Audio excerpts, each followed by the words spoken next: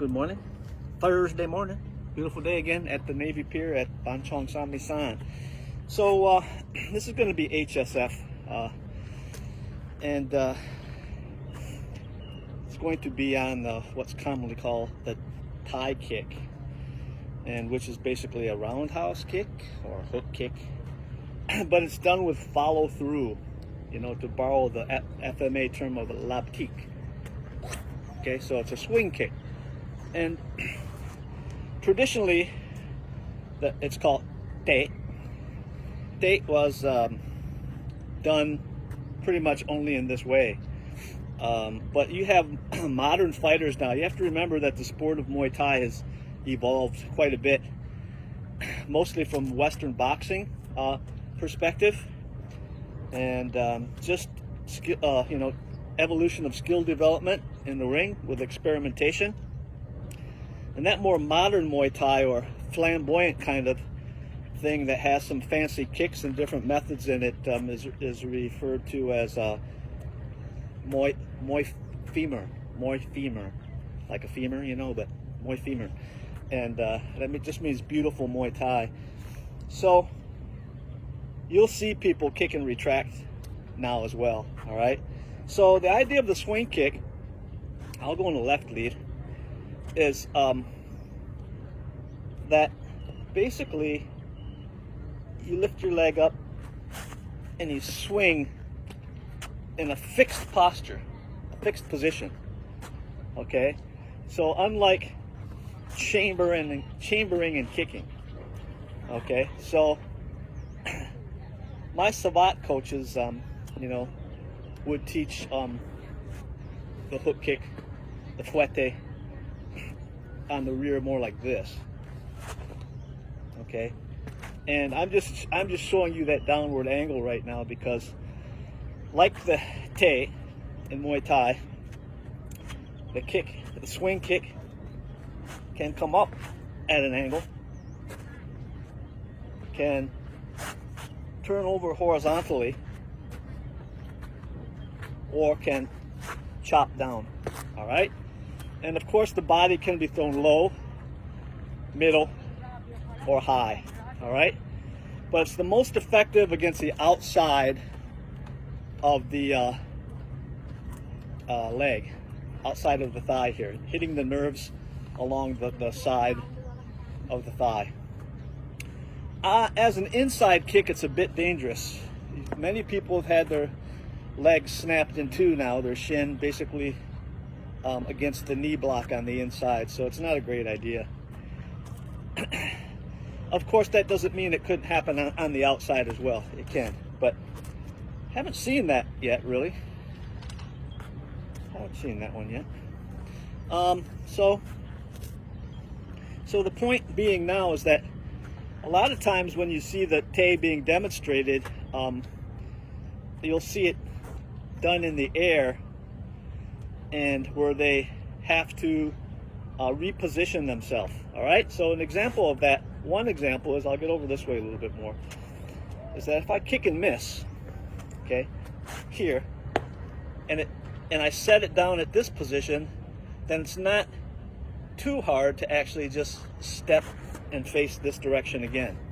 All right, so that's one of the ways to do it is 1, 1, 2. Okay, let me get a little bit more pivot into it, because actually I want to come up off of this foot and let the rotation happen here. Okay, now you saw that, right? So a lot of fighters do that, and I got knocked out that way in France because it's an exaggeration. All right, so I was taught by my coaches, basically it's like grabbing a steering wheel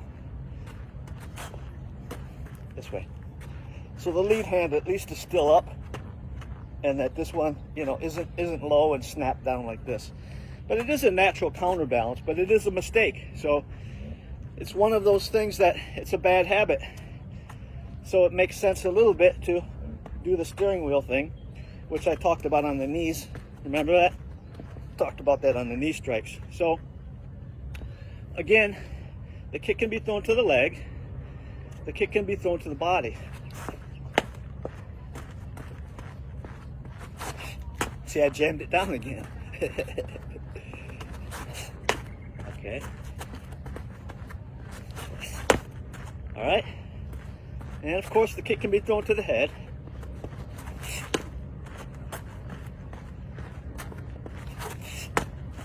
All right. And again, kicking upward, kicking horizontally, or kicking downward. And the downward one usually goes into the neck, so you'll see a lot of knockouts from that kick. They call it the ankle cross kick. At least that's what Koo Woot called it when I wrote the article that I did for him. And ankle cross kick, as I recall, is what it translated into from Thai. I don't know all the Thai terms anymore because I live in Thailand. Okay, so the other way of recovery is that when you kick so hard that you go past the 90. Okay, so on the one that I just demonstrated here, basically I'm able to recover because it's about at a 45.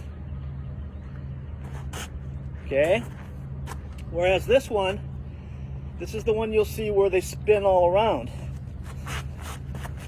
Okay, and that time my recovery was here because I expect to deal with a leg kick or a kick. And this shielding method, it pretty much covers a lot of distance, all right? I mean, a lot of coverage in regard to, it's like a shield, right? But it's a big shield, super long shield. So it's an interesting block. And we also have that in Wichiru. Okay, so again, the idea here is when I kick is that I recover.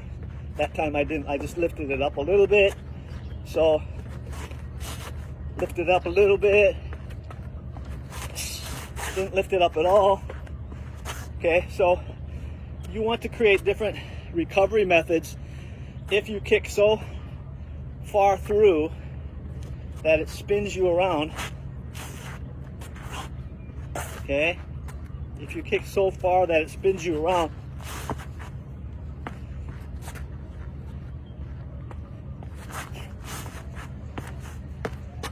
all right, okay, so that's the idea. And then of course you have the switch kicks. Okay, now switch kicks are mainly done for the reason that your lead leg is too close to kick. All right, so basically what you're doing is keeping the hips and the facing in this direction and making the switch this way with both feet.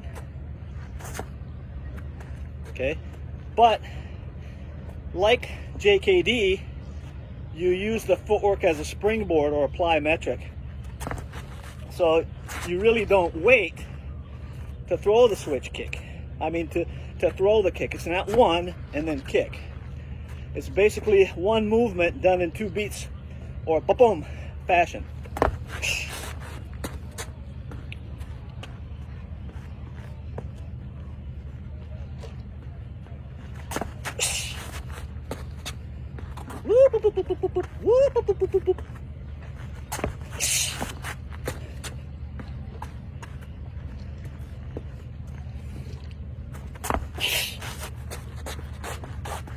Okay, all right, so that's the idea. The striking surface is usually the lower shin or the mid part of the shin, all right? But they do sometimes kick with the instep as well. Okay, and so to reiterate, swing kick is done not really with a chamber. It is, but it's not lifted in the same way as other methods chamber. It's pulled. It's pulled with the abs, yeah? Pulled with the abs and the hip flexors. Okay, and then it swings through. Okay, and if you miss, you'll actually end up straightening your leg out. Okay, so it doesn't stay bent. And in regard also to the impact of the real target, the kick doesn't stay bent. The kick, I don't know if you can see my leg. The kick, it does straighten out. It just doesn't snap back. Okay, Except, of course, for the more modern Muay femur fighters that are basically just doing their own thing, being humans. Okay, dudes, that's going to be it. Time for push-ups and stretching. And I don't think I'll shoot another one here, but if I get back to the sala, I may do another one over there. Hasta!